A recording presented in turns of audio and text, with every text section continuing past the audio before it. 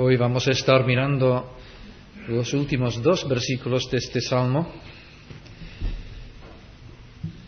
texto en el que vamos a considerar 3 características más del hombre recto.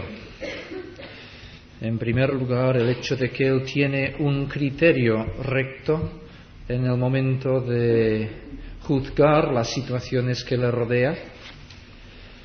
En segundo lugar, su fidelidad a su propia palabra.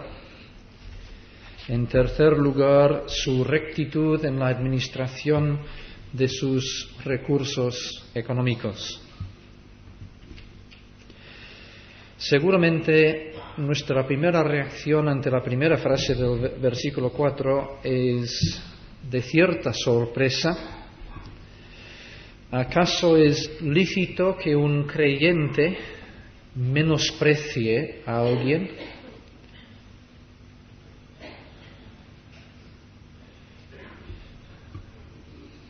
El hombre recto, dice el Salmo, a sus ojos el vil es menospreciado. ¿No dice el Señor Jesucristo que no debemos juzgar a nadie?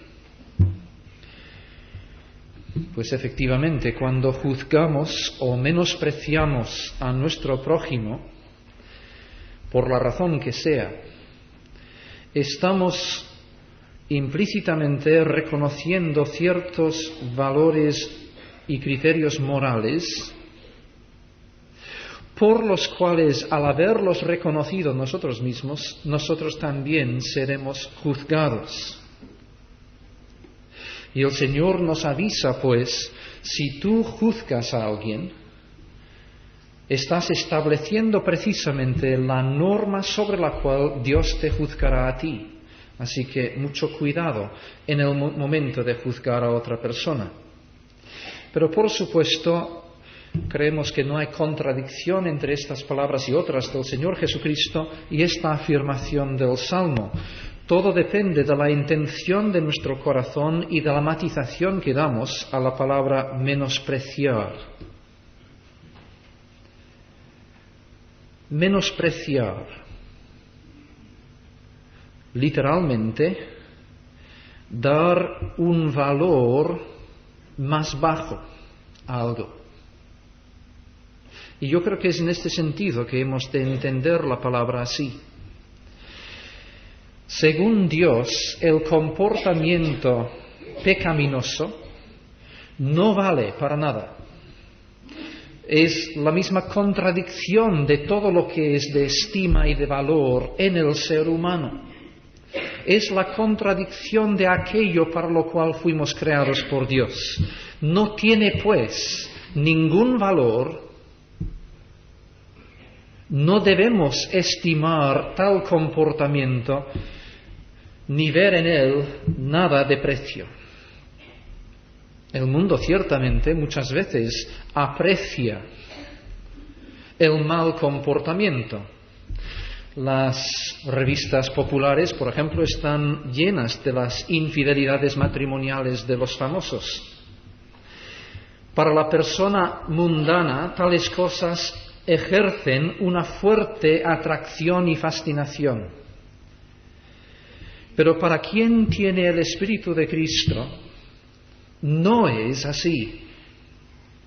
Más bien estas cosas le provocan repulsa. No aquella reacción hipócrita del cotilleo, de escandalizarnos exteriormente e íntimamente, estar sintiendo la atracción de estas cosas, sino una profunda desaprobación en el corazón. En cambio, en el creyente que anda conforme al Espíritu Santo, la virtud y la rectitud le son apreciadas como un auténtico tesoro. Para el Señor Jesucristo lo fueron. Y recordamos que Él instaba a sus discípulos a que, dejando el afán de las riquezas materiales, hiciesen tesoros en el cielo, al buscar el reino de Dios y su justicia. El Señor Jesucristo en Mateo 12, versículo 35, habla del buen tesoro del corazón, que constituye una fuente de buenas obras, en contraste con el mal tesoro del corazón del incrédulo. Según también las palabras del Señor Jesucristo, el mismo reino de Dios constituye un tesoro tal que debemos estar dispuestos a vender todo lo demás a fin de conseguir la entrada en él. Para el apóstol Pablo, el evangelio que él tenía que administrar y que conduce al creyente a la iluminación del conocimiento de la gloria de Dios en la faz de Jesucristo, es un gran tesoro que nosotros tenemos en estos vasos de barro que son nuestros cuerpos. Y es así porque Jesucristo mismo constituye nuestra gloria. Él en quien están escondidos todos los tesoros de la sabiduría y del conocimiento. Por lo tanto, el varón creyente como Moisés tiene por mayores riquezas el vituperio de Cristo que los tesoros de los egipcios. Y la mujer cristiana estima más el atavío interno, el del corazón, de un espíritu afable y apacible, que el externo de adornos de oro o de vestidos lujosos. En todos estos textos la palabra nos indica que el reino de Dios, la justicia que caracteriza a este reino, nuestra relación con el Rey, todas estas cosas constituyen nuestro verdadero tesoro. Aquello en que está puesto nuestro corazón, en contraste con lo que el mundo aprecia.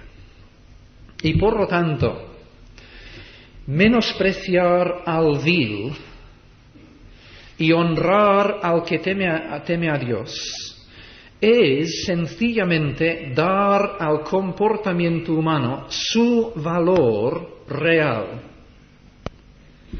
conforme al criterio de Dios y de su palabra. En absoluto es cuestión de despreciar a la persona desgraciada, ni mucho menos es cuestión de asumir aires de superioridad. Quien progresa en el camino de Cristo se da cada vez más cuenta de su propia condición de pecador. Pero, por otro lado, el reconocimiento de nuestro propio pecado no debe nunca conducirnos a la complacencia con los que practican el pecado. No debe conducirnos a rebajar el listón de lo que Dios espera de nosotros, ni a tolerar el pecado, ni en nosotros ni en los demás. Hoy en día, y supongo que siempre, los valores del mundo van al revés de los valores de Dios. El mundo honra al rico, al poderoso, al famoso. Provenga de donde provenga su riqueza y haga lo que haga con su fama. En cambio, el mundo suele despreciar al piadoso, hacer de él una especie de caricatura, una figura de ridículo. Y debemos tener cuidado como creyentes en no ser arrastrados por el criterio que tiene el mundo en cuanto a estas cosas. El verdadero creyente siente una fuerte atracción hacia la bondad y la santidad. Puede identificarse con el criterio del mundo cuando el mundo se burla de la hipocresía, pero nunca se burlará el verdadero creyente de la santidad, de la honradez, de la rectitud, de la bondad. Siente una fuerte atracción hacia aquella persona que ama la justicia, que tiene temor de Dios y practica la rectitud, siente una fuerte atracción hacia todo aquel que refleja en su comportamiento al Señor Jesucristo, porque el Espíritu dentro de él se identifica con el Espíritu de Cristo en los demás. E igualmente, por el mismo Espíritu de Cristo en él, el creyente siente un fuerte rechazo hacia aquel que se deleita en el pecado y se jacta de su carnalidad. Desde luego, el saber que en su propia condición de pecador Cristo le ha amado y le ha extendido la mano para salvarle, le inducirá a extender la mano en amor y compasión aun al pecador más vil.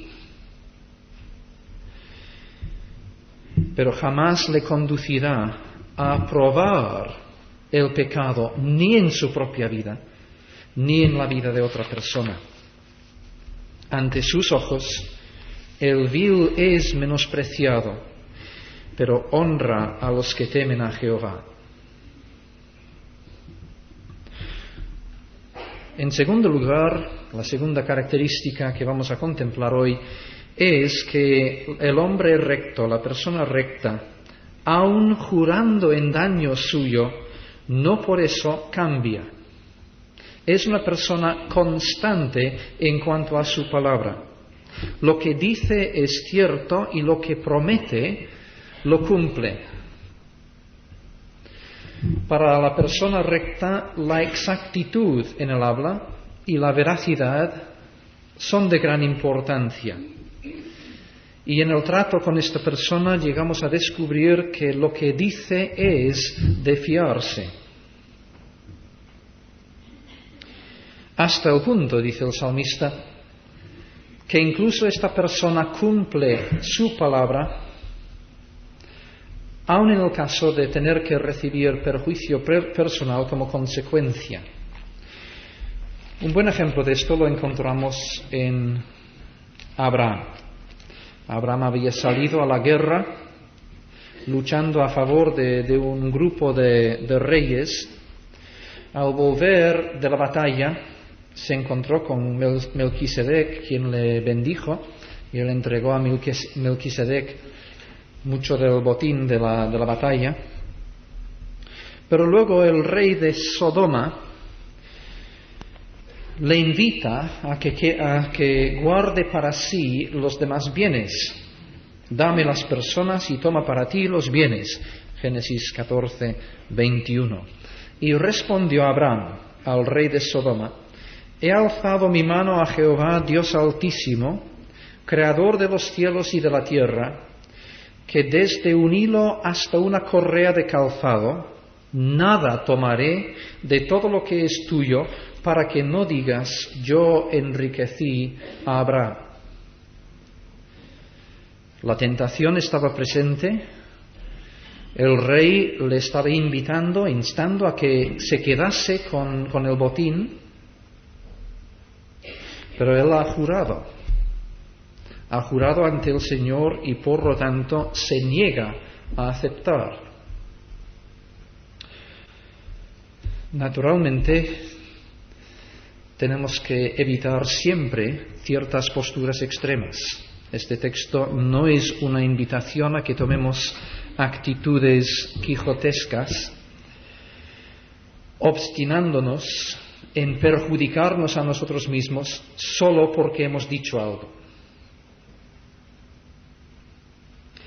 Ni mucho menos tenemos que obstinarnos en nuestra palabra cuando ésta perjudica a otra persona. Los ejemplos de Jefté y de Herodes vienen a la mente. Jefté, que mató a su propia hija por un juramento tonto que había hecho, y Herodes, que mató a Juan el Bautista por una promesa frívola hecha a Salomé. Hay situaciones en las que podemos encontrarnos por nuestra propia culpa en las que quizás lo más honrado sea romper una promesa. Si te has equivocado en algo que has prometido o dicho, la palabra no te excluye la posibilidad de ir a negociar con la otra persona a ver si puedes rectificar la palabra que has dicho. El capítulo 6 de Proverbios es un ejemplo de esto.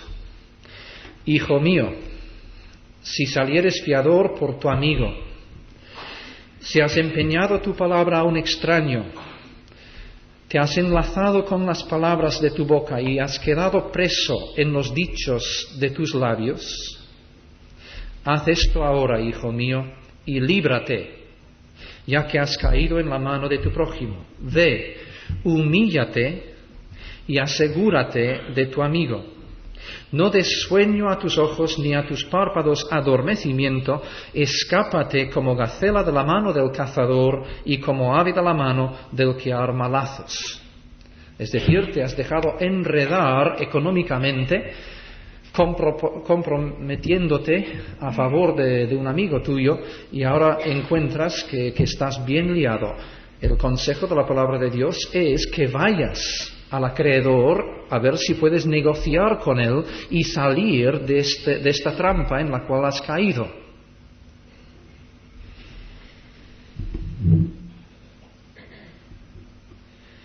En este caso, tu compromiso a pagar no lo estás negando. Estás pidiendo clemencia de parte de la otra persona, pero si esta otra persona no quiere mostrarte clemencia, estás dispuesto a pagar. Reconoces el derecho del acreedor, pero también reconoces tu propia locura. Y si tu acreedor es una persona justa, dispuesta a entrar en razón y ver que te has equivocado, quizás lo puedes arreglar. No hay ningún problema en arreglarlo. La palabra de Dios, insisto, no nos exige posiciones intransigentes en una situación así. Pero lo tienes que hacer sabiendo que finalmente eres responsable y lo que has dicho, si tu acreedor no quiere entrar en razón, lo tendrás que pagar. Porque has dado tu palabra y tu palabra la tienes que honrar. El apóstol Pablo en una ocasión se encontró en una situación en la que él fue acusado de ligereza en cuanto a su manera de hablar. Fue acusado por los corintios, debido a que él había prometido que iba a hacerles una visita y había pasado el tiempo y no había ido. Y él tiene que defenderse ante ellos al principio de su segunda epístola, capítulo 1, a partir del versículo 15. Con esta confianza, dice, quise ir primero a vosotros para que tuvieseis una segunda gracia, y por vosotros pasar a Macedonia, y desde Macedonia venir otra vez a vosotros, y ser encaminado por vosotros a Judea. Así que al proponerme esto, usé quizás de ligereza, o lo que pienso hacer lo pienso según la carne para que haya en mí sí y no, vacilaciones constantes. Mas como Dios es fiel, nuestra palabra a vosotros no es sí y no. Porque el Hijo de Dios Jesucristo, que entre vosotros ha sido predicado por nosotros, por mí, Silvano y Timoteo, no ha sido sí y no, mas ha sido sí en él. Porque todas las promesas de Dios son en él sí y en él amén, por medio de nosotros, para la gloria de Dios. La palabra de Dios siempre es absolutamente firme y constante, sin sombra de vacilación. Y el que nos confirma con vosotros en Cristo y el que nos ungió es Dios. El mismo Espíritu del Dios que es constante y firme en su palabra está en nosotros, dice Pablo, el cual también nos ha sellado y nos ha dado las arras del Espíritu en nuestros corazones. Mas yo invoco a Dios por testigo sobre mi alma, que por ser indulgente con vosotros no he pasado todavía a Corinto. no que nos enseñoreemos de vuestra fe, sino que colaboramos para vuestro gozo, porque por la fe estáis firmes. Si hubiese tenido que hacer esta visita a vosotros, habría sido no para gracia vuestra, sino para grandes disgustos. Y por esto, por paciencia, me he retenido en cuanto a este proyecto, dice.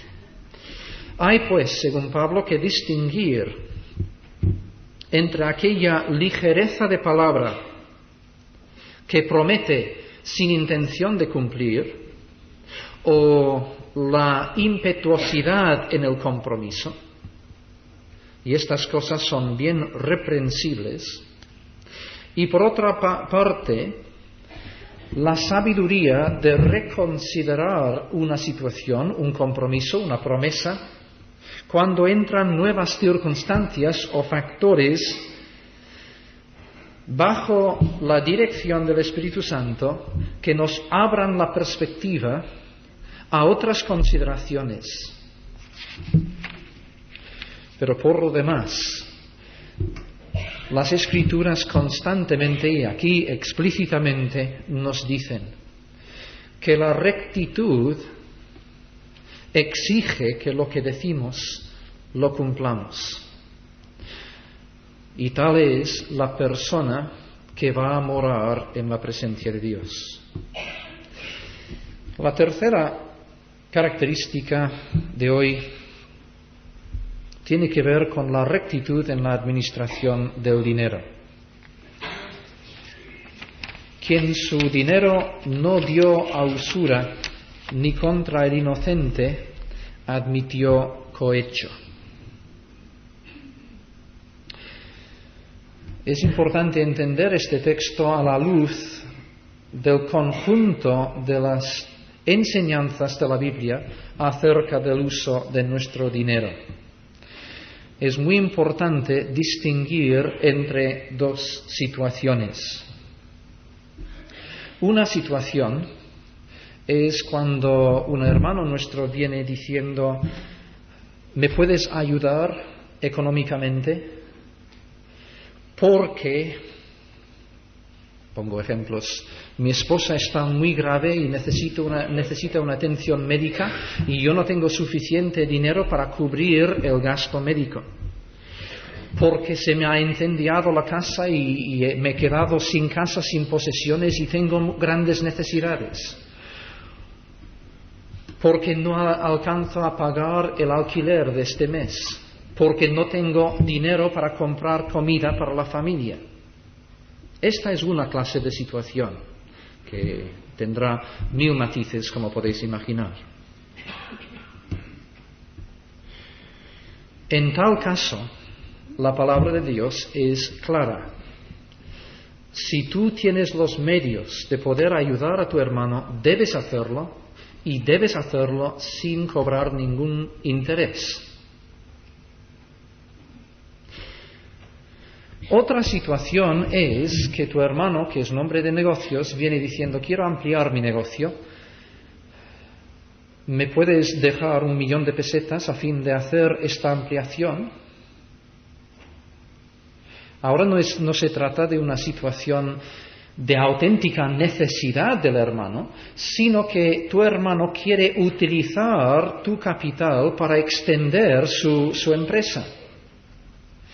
Y aquí, en esta situación, la palabra de Dios no solamente admite que sea justo que recibas una compensación por lo que estás dejando con tu hermano, sino que sería injusto de parte de tu hermano negociar con tu dinero y quedarse él con los beneficios.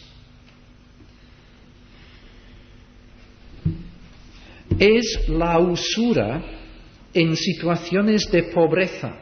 Es hacer negocios a expensas de la pobreza de tu hermano, lo que queda absolutamente prohibido en la palabra de Dios. Levítico capítulo 25 lo dice explícitamente.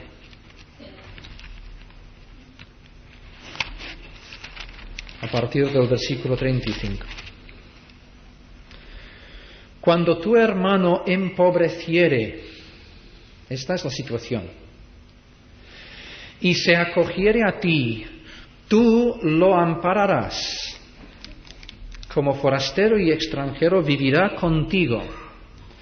No tomarás de él usura ni ganancia, sino tendrás temor de tu Dios, y tu hermano vivirá contigo. No le darás tu dinero a usura, ni tus víveres a ganancia.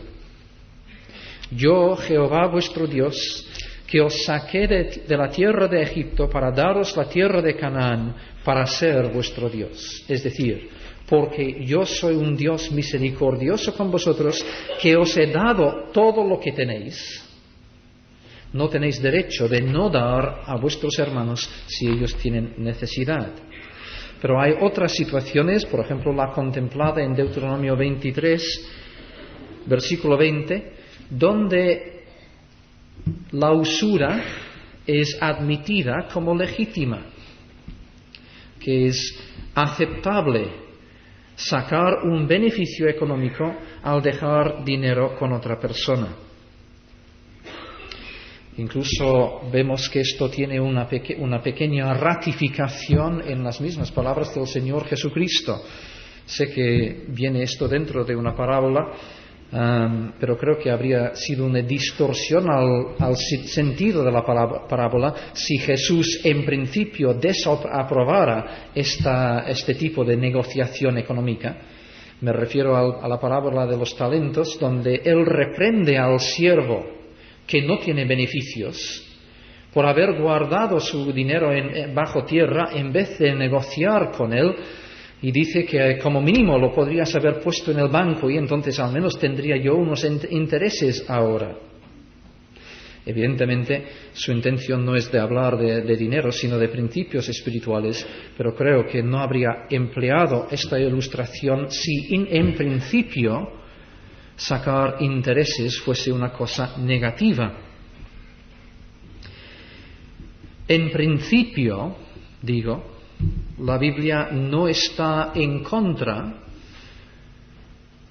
de este principio de capitalismo, si queréis, pero sí denuncia el gran peligro que está al lado de este principio, el peligro que tiende al egoísmo y a la opresión.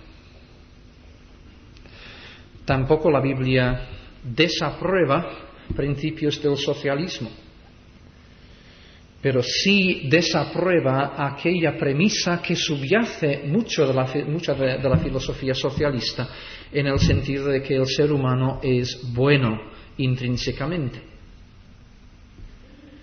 La Biblia no hace bandera ni de un lado ni de otro lado, sino señala los peligros que hay en ambos lados. Y porque hay muchos peligros en la administración del dinero, el hombre recto tendrá que velar a fin de procurar administrar su dinero siempre para el bien de sus hermanos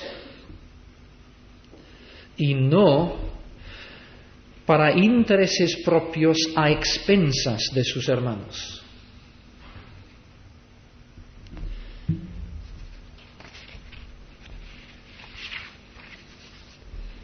Estas pues son las tres características nuevas del hombre recto. Su criterio es recto en cuanto a la evaluación de los demás. No se ríe con el mundo ante la maldad de los hombres, sino llora. En cambio, honra lo que ve del Señor Jesucristo en sus hermanos. Es una persona que cumple su palabra.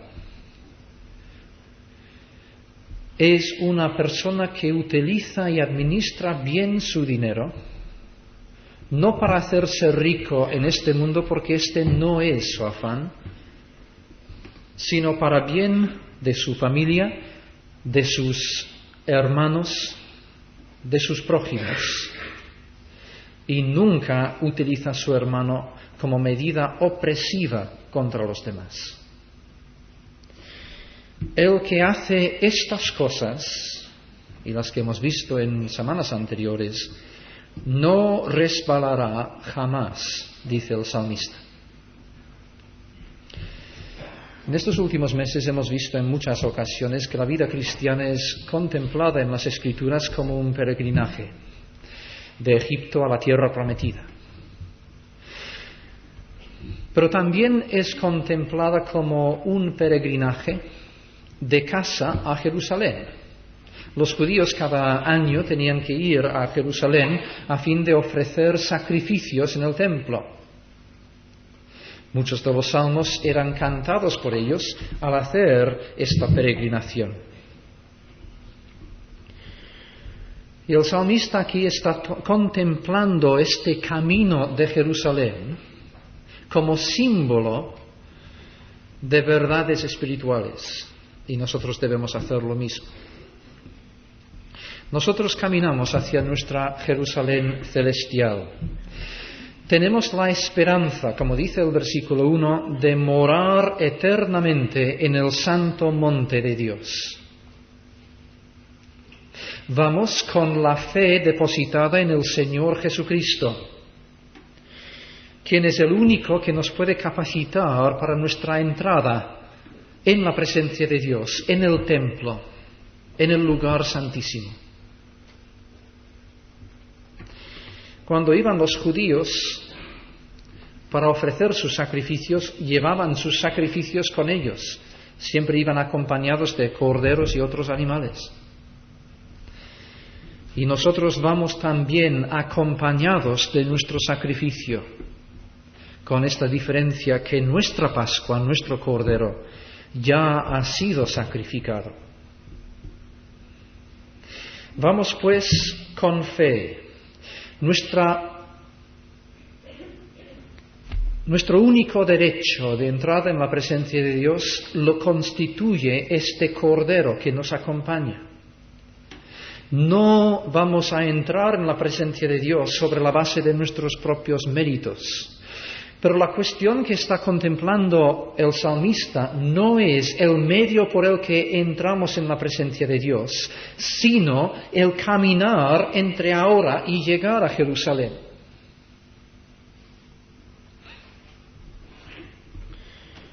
Vamos con fe.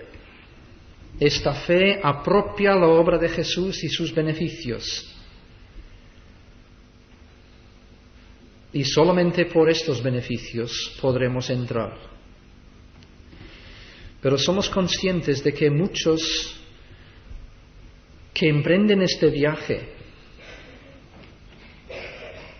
no llegan.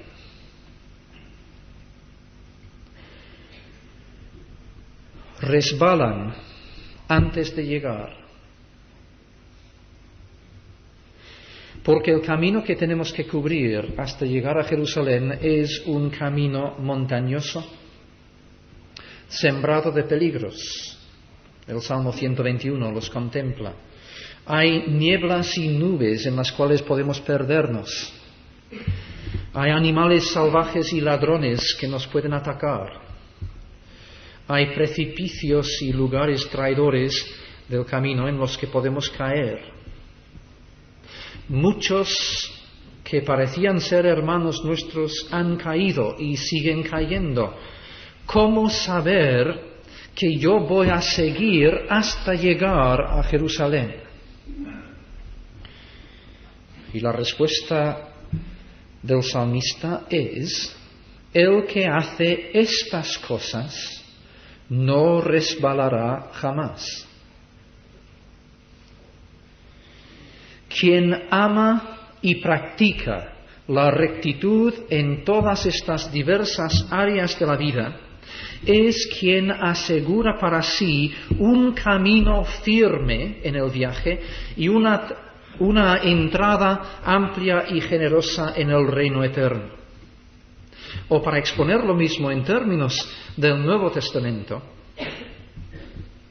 ¿Cómo podemos saber que estamos progresando bien hacia nuestra Jerusalén celestial? Pues la garantía de nuestra herencia es el Espíritu Santo en nosotros. ¿Y cómo puedo saber que el Espíritu Santo está en mí?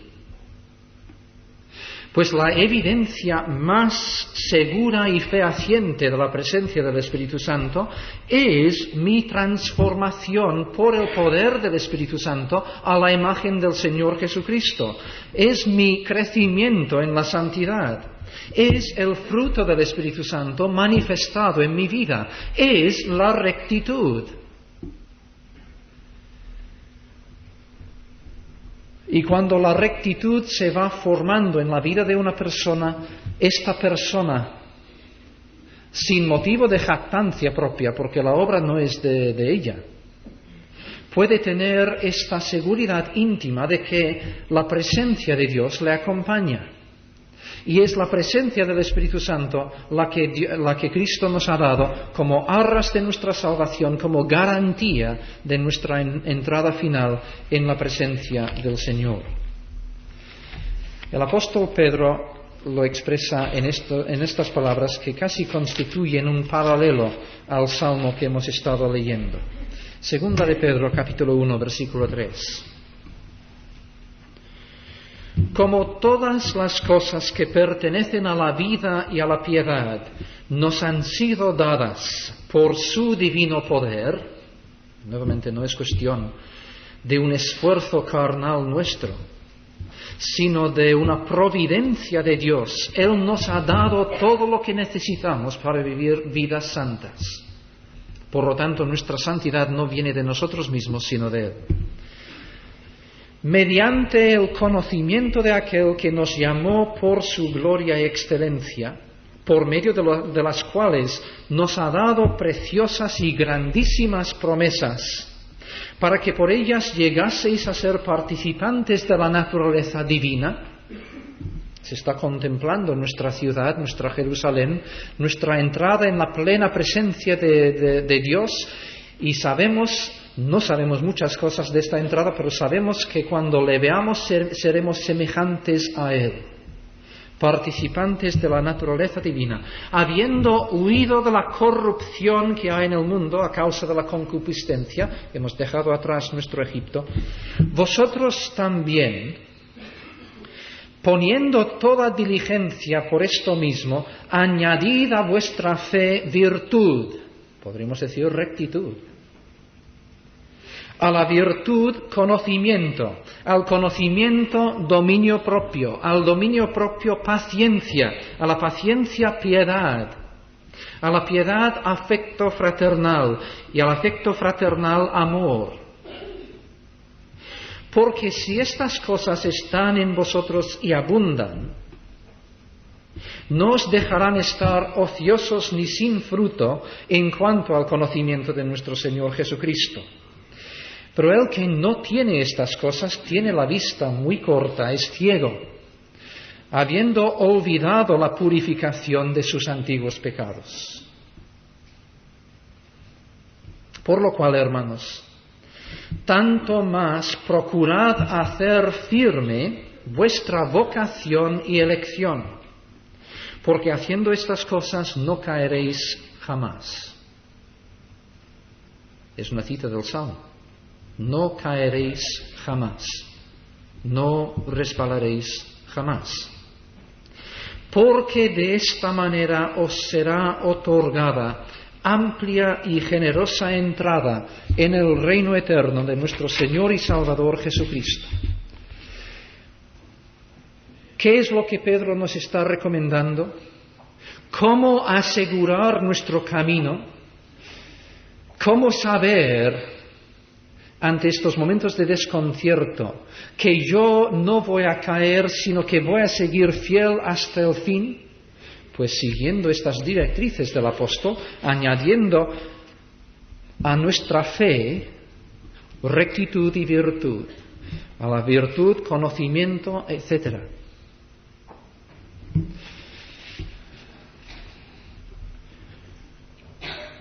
No somos salvos, no vamos a entrar en la presencia de Dios sobre la base de nuestro mérito.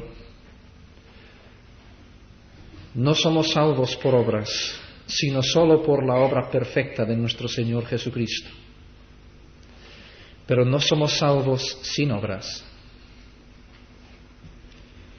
Porque la salvación que Dios gratuitamente nos da en Jesucristo se manifiesta en nosotros por aquellas buenas obras las cuales Dios preparó de antemano para que nosotros anduviésemos en ellas. La fe en Dios y la integridad y rectitud de vida van juntas. Somos salvos por la fe. Pero la fe nunca es una excusa para seguir en el pecado. Nuestro Evangelio nunca es un modo de justificar la deshonestidad, el engaño, el egoísmo, ni en lo pequeño, ni en lo grande, ni en familia, ni en el mundo de negocios.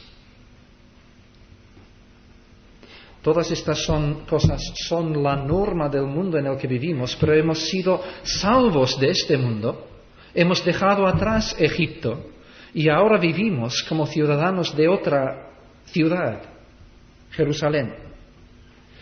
Y por lo tanto somos llamados a demostrar nuestra fe, demostrar que verdaderamente somos creyentes por la rectitud de nuestras vidas. Como diría Santiago, mostremos nuestra fe por nuestras obras. Y si no lo puedes hacer, si yo no lo puedo hacer, examinémonos otra vez a ver si realmente somos de la fe. Porque la rectitud de vida no es una opción para algunos más espirituales. Es la consecuencia necesaria, normal, imprescindible para nuestra entrada en el reino, consecuencia de que auténticamente el Espíritu del Señor Jesucristo está en nosotros.